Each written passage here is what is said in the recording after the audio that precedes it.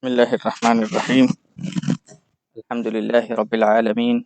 Sallallahu ala sayyidina Muhammadin wa ala alihi wa sahbihi ajma'in. Nawayna at-ta'allum wa at-ta'lim wa at-tadhakkur wa at-tadhkir wa an-naf'a wal intifa' wal ifadata wal istifadah wal hath 'ala tamassuki bi kitabillah wa sunnati rasulih sallallahu alaihi wasallam. والدعاء إلى الهدى والدلالة على الخير ابتغاء وجه الله ومرضاته وقربه وثوابه. سبحانك لا علم لنا إلا ما علمتنا إنك أنت العليم الحكيم. اللهم اغننا بالعلم وزينا بالحلم وأكرمنا بالتقوى وجملنا بالعافية. اللهم إنا نعوذ بك من علم لا ينفع ومن قلب لا يخشع ومن دعوة لا يستجاب لها. اللهم علمنا ما جهلنا وارزقنا العمل بما علمنا يا رب العالمين. Amma ba'du, muslimin muslimat yang dirahmati oleh Allah Subhanahu wa taala. Assalamualaikum warahmatullahi wabarakatuh. Alhamdulillah, segala puji bagi Allah Subhanahu wa taala, Tuhan kita yang maha mulia, yang maha agung, kerana masih memberi peluang untuk kita bertemu lagi dan kita bincang sama-sama tentang sirah kekasih Allah, Mahbubullah Subhanahu wa taala, Nabi Muhammad sallallahu alaihi wasallam. Sirah yang paling agung di dunia ni, sejarah yang paling mulia di dalam sejarah manusia semua adalah sejarah Nabi Muhammad sallallahu alaihi wasallam. Sirah Rasulullah sallallahu alaihi wasallam, cerita kehidupan Nabi Muhammad sallallahu alaihi wasallam. Maka tuan-tuan puan-puan yang dirahmati oleh Allah Subhanahu wa taala, sirah Rasulullah sallallahu alaihi wasallam dia ada dua bahagian. Sirah yang sebelum kehidupan Nabi sallallahu alaihi wasallam, sebelum hijrah, ketika Rasulullah masih ada di Makkah, dan sirah atau kehidupan Nabi sallallahu alaihi wasallam setelah hijrah kepada Al-Madinah. Dan daripada Rasulullah sallallahu alaihi wasallam sampai kepada Al-Madinah, mulalah tarikh atau sejarah Islam. Sejarah Islam dari hijrah, bermula dari hijrah. Sebab itu, di dalam kitab-kitab sirah pun ulama akan cerita tentang sirah Rasulullah sehingga hijrah. Selepas hijrah, mereka akan menyebutkan apa yang berlaku di tahun pertama hijrah, apa yang berlaku di tahun kedua hijrah sehingga tahun wafatnya Nabi Muhammad sallallahu alaihi wasallam. Alhamdulillah, kita di dalam kelas ini kita telah berbicara atau telah menyampaikan kejadian-kejadian atau perkara yang berlaku di tahun pertama hijrah. Mari kita ulang ngaji sedikit, sebutkan apakah perkara pertama berlaku di tahun pertama hijrah yang kita sudah sampaikan. Tahun yang pertama hijrah, dia adalah tahun yang ketiga daripada kenabian Nabi Muhammad sallallahu alaihi wasallam. Daripada mula Rasulullah SAW menerima wahyu, iaitu tahun yang ke-13. Tahun yang ke-13. Yani umur Rasulullah SAW waktu itu, tahun pertama hijrah, umur Rasulullah 53. Yani tinggal lagi 10 tahun. Itu yang kita akan belajar insya-Allah dalam 10 tahun itu apa yang berlaku. Tahun yang pertama itu, tahun pertama hijrah, ketika Rasulullah SAW baru sampai kepada Al-Madinah, di tahun itu Rasulullah SAW umurnya 53 tahun. Wa kharaja min Makkah ila al-Madinah yaum al-Itsnin. Dia keluar dari Makkah ke Madinah sampai Madinah. Baik. Antara perkara yang berlaku di tahun pertama hijrah juga, iaitu bina Masjid Quba. Bina Masjid Quba. Dan kita sudah cerita dengan secara terperinci di kuliah-kuliah sebelum ini. Juga Rasulullah SAW melakukan saudarakan sahabat antara satu sama yang lain. Rasulullah SAW melakukan persaudaraan antara Al-Muhajirin dan Al-Ansar. Al-Muhajirin yang berhijrah dari Makkah kepada Madinah, Al-Ansar penduduk Madinah. Jadi Rasulullah SAW melakukan persaudaraan di antara mereka berdua. Ini juga antara perkara yang berlaku di tahun pertama hijrah.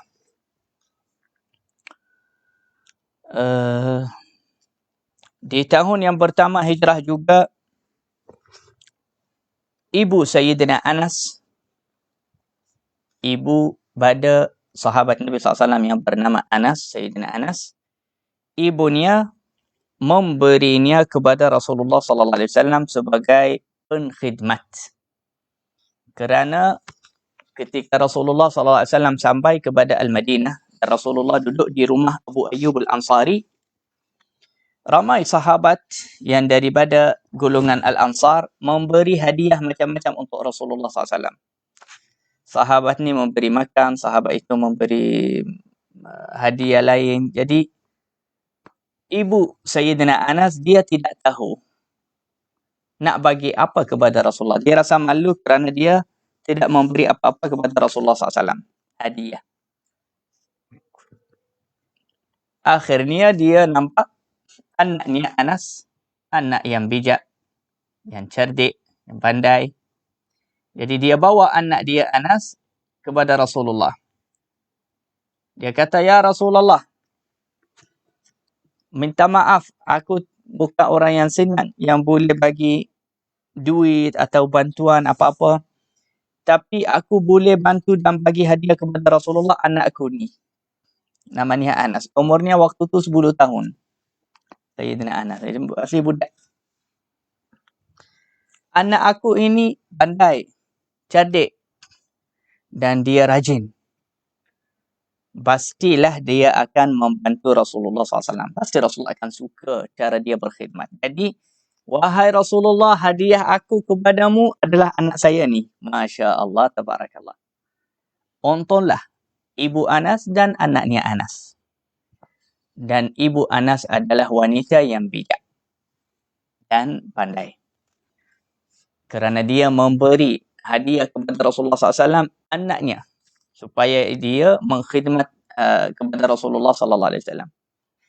Subhanallah, ramai juga, banyak juga wanita-wanita yang bijak begitu yang ada di zaman kita juga. Yang dia memberi anak dia untuk belajar ilmu di sisi seorang ulama, atau membiarkan anak dia khidmat dan menolong kepada seorang alim, waris Nabi SAW, khalifah dari Rasulullah SAW. Jadi perkara itu baik dan meniru kepada Sayyidatina Ummu Anas, ibu Sayyidina Anas. Siapa-siapa yang nak tiru ibu Sayyidina Anas, dia bolehlah letak anak dia khidmat kepada seorang alim, dia teman dengan seorang alim, dia akan beruntung kerana dia akan belajar banyak daripada ulama itu. Sayyidina Anas radhiyallahu anhu, dia khidmat kepada Nabi sallallahu alaihi wasallam selama 10 tahun. Sehingga Rasulullah SAW wafat. Dia khidmat kepada Rasulullah, dia tolong Nabi SAW. Dia budak kecil. Sayyidina Anas berkata, "Khadamtu Rasulullah sallallahu alaihi wasallam 10 sinin." Aku berkhidmat kepada Rasulullah 10 tahun. Selama 10 tahun aku tolong Rasulullah, khidmat Rasulullah. Tidak pernah aku melakukan sesuatu, Rasulullah SAW kata, "Kenapa melakukan perkara ni?" Dan tidak pernah aku meninggalkan sesuatu, Rasulullah kata, "Kenapa meninggalkan perkara ni?" Yakni Rasulullah SAW tidak menegur kepadanya. Tapi ulama kata, apa maksud itu? Adakah maksudnya kita biarkan orang berkhidmat, orang yang khidmat kepada kita macam tu tanpa menegur dia, tanpa mengajar dia? Ulama kata tidak, bukan maksudnya tu. Maksudnya, kalau yakin kita kepada Allah, iman kita kepada Allah terlalu tinggi macam Rasulullah SAW, maka kita akan buat begitu. Tapi kalau iman kita rendah, tidak tinggi, tidak sempurna macam Rasulullah, maka kita bolehlah tegur sikit. Ajar dia. Lagi satu, ulama kata Rasulullah tidak pernah tegur Anas yang berkhidmat kepadanya kerana Anas tak pernah buat salah. Kerana Anas anak atau budak yang bijak, yang cerdik, yang pandai. Jadi Rasulullah tak perlu tegur dan marah dia. Sebab apa? Sebab Anas memang melakukan semua perkara yang disukai oleh Rasulullah SAW. Dia tidak pernah menyakitkan hati Rasulullah. Itu cara Sayyidina Anas khidmat kepada Rasulullah. Tetapi ada beberapa cerita yang membuktikan kadang-kadang Anas salah. Dan Rasulullah SAW hanya senyum sahaja, tidak menegur dan tidak marah kepadanya. Iaitu Sayyidina Anas sendiri cerita, dia kata, di satu hari Rasulullah hantar saya, disuruh saya pergi ambil satu barang, maka saya keluar dari rumah Rasulullah, jumpa budak-budak main, saya terus main dengan mereka. Macam cara budak-budak lah. Lepas keluar dari rumah, dia nampak ada budak main di luar, dia pergi main ikut mereka. Tak pergi menyampaikan hajat Nabi SAW. Rasulullah tunggu lama. Sayyidina Anas dia tunggu lama. Sayyidina Anas tak balik lagi. Jadi sampai Rasulullah SAW keluar dari rumah mencari Anas. Mana budak ini? Aku hantar dia, nak dia balik cepat, tapi dia tak balik. Lepas tu Rasulullah jumpa Anas, rupanya dia main di tengah jalan bersama budak-budak yang lain. Rasulullah datang dari belakang Anas. Anas lari dengan kawan dia, terlanggar kepada badan Rasulullah. Lepas terlanggar kepada badan Rasulullah, dia pandang, siapa lagi ni yang saya langgar dia? Dia nampak Rasulullah SAW. Rasulullah pandang kepada Anas, dia kata, Anas, mana barang itu yang saya minta kamu bawa dia kepada saya? Kemudian senyum. Sayyidina Anas dia kata, demi Allah, Rasulullah tidak melakukan perkara yang lebih daripada itu. Dia hanya tanya saya mana barang itu dan senyum kepada saya. Subhanallah. Yani akhlak Rasulullah SAW. Hati Rasulullah SAW yang sangat bermurah dan sangat rahmah dan lemah lembut. Walaupun macam bibi atau khidmatnya di rumah dilambat sebenarnya. Biasanya orang marah. Tapi Nabi SAW senyum, tanya dia saja, mana barang tu? Kan saya hantar kamu. Lama saya tunggu. Tapi Sayyidina Anas dikata Rasulullah hanya senyum sahaja. Jadi perkara ni juga antara perkara yang berlaku di tahun pertama Hijriyah. Wa fiha ju'ilat salatul hadri 4 rakaat wa kanat rakaatain ba'da maqdamihi al-Madinah bi syahr. Juga di tahun pertama salah yang wajib yang wajib 2 rakaat telah menjadi 4 rakaat, iaitu salat asar dan zuhur. Lepas Rasulullah SAW sampai kepada Al-Madinah. Juga di tahun pertama hijrah berlaku atau melaksanakan salah yang pertama, salat Jumaat yang pertama di dalam sejarah Islam. Salat Jumaat sebenarnya wajib dari Makkah. Dari waktu Rasulullah SAW masih ada di Makkah, tetapi mereka tidak sempat melaksanakan salat Jumaat di Makkah kerana keadaan yang terlalu teruk di Makkah, iaitu orang kafir. Tidak membenarkan orang salat walaupun satu orang, apalagi kalau mereka salat berjemaah. Jadi salat Jumaat yang pertama di dalam agama Islam berlaku di tahun pertama Hijriyah, ketika Rasulullah SAW keluar daripada Quba menuju kepada Al-Madinah. di satu kawasan yang namanya Bani Salim. Satu kawasan yang namanya Bani Salim. Di sanalah berlaku salat Jumaat yang pertama di dalam sejarah Islam. Baik, kita sekarang ingat beberapa perkara yang berlaku di tahun yang pertama. Okey. Apa lagi perkara yang berlaku di tahun pertama? Al-adhan. Ibadah atau sunnah azan dan iqamat sebelum salah. Azan dan iqamah sebelum salah, perkara itu disyariatkan oleh Allah di tahun pertama hijrah. Di tahun yang pertama hijrah. Juga di tahun pertama hijrah, masuk Islam Abdullah bin Salam, iaitu pemimpin golongan Yahudi.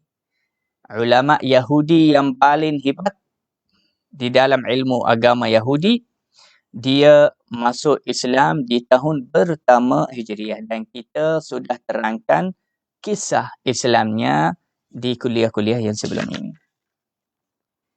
Baik, apa yang berlaku lagi di tahun pertama Hijriah? Antara perkara yang berlaku di tahun pertama Hijriah, iaitu wafatnya dua sahabat yang hebat yang bernama As'ad bin Zurarah dan Al-Bara bin Ma'rur. Mereka ni antara sahabat yang Rasulullah suka.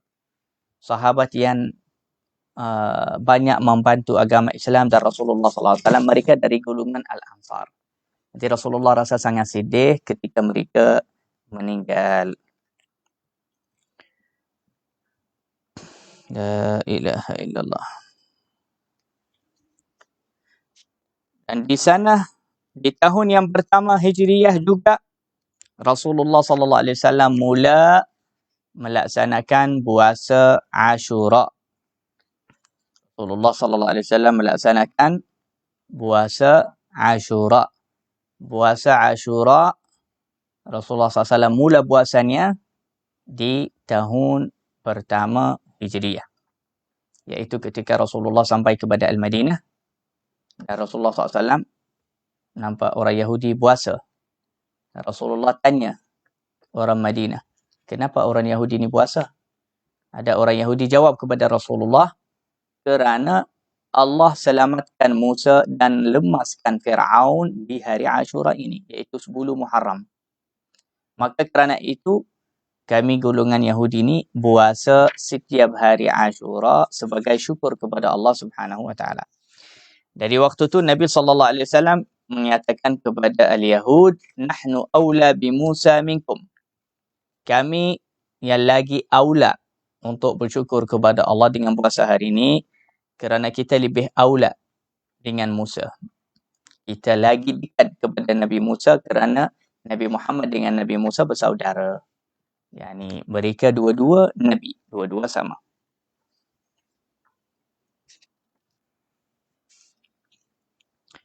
Juga berlaku dua sariyah. Berlaku di tahun yang pertama Hijriyah. Dua sariyah. Apa maksud sariyah? Perbezaan antara sariyah dan ghazwah, iaitu sariyah itu tidak terjadi perang. Tidak terjadi perang.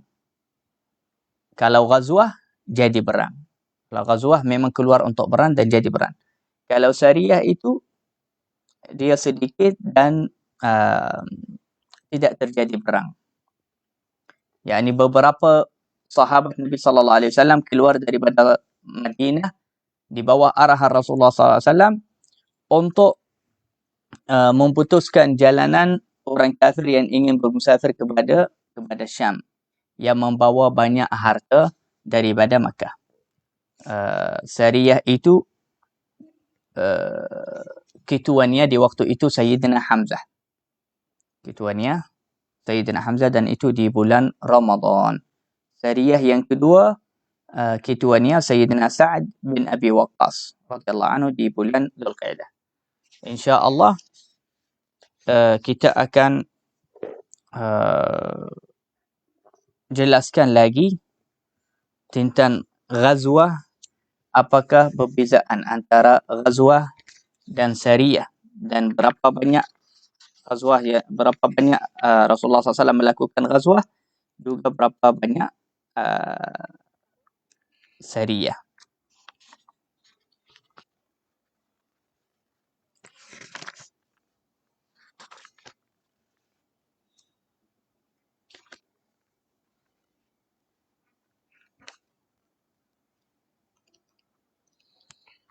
La ilaha illallah. InsyaAllah kuliah ini ringkas sahaja, tapi insyaAllah supaya kita menjadikan kuliah ini khas untuk ringkasan yang berlaku, ringkasan untuk yang berlaku di tahun pertama Hijriyah. InsyaAllah dari esok kita akan sambung apa yang berlaku di tahun kedua Hijriyah. Dan yang berlaku di tahun kedua Hijriyah banyak perkara-perkara yang besar dan dahsyat. Antaranya Perang Badar. Perkara yang pertama yang berlaku iaitu keizinan daripada Allah Subhanahu Wa Taala untuk berperang. Kerana sebelum tahun yang kedua, Rasulullah dengan sahabat belum lagi dibenarkan oleh Allah untuk berang, untuk jihad fisabilillah. Tapi tahun yang kedua, Masya Allah, Allah Subhanahu Wa Taala telah membenarkan, telah mengizinkan sahabat Nabi SAW dan Rasulullah boleh berang, boleh jihad fisabilillah.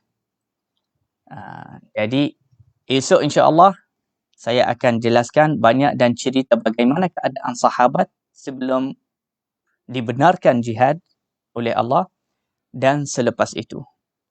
Dan apakah jihad dan peperangan yang pertama yang dilakukan oleh Rasulullah sallallahu alaihi wasallam dan sahabat Nabi sallallahu alaihi wasallam di tahun yang kedua Hijriyah. Juga apa yang berlaku daripada selain daripada cerita jihad dan perang yang berlaku juga di tahun kedua Hijriyah. Ini yang insya-Allah kita akan bincangnya atau menceritakannya pada esok malam insya-Allah. Sallallahu alaihi wasallam Muhammad wa ala alihi wasahbihi ajma'in. Walhamdulillahi rabbil alamin.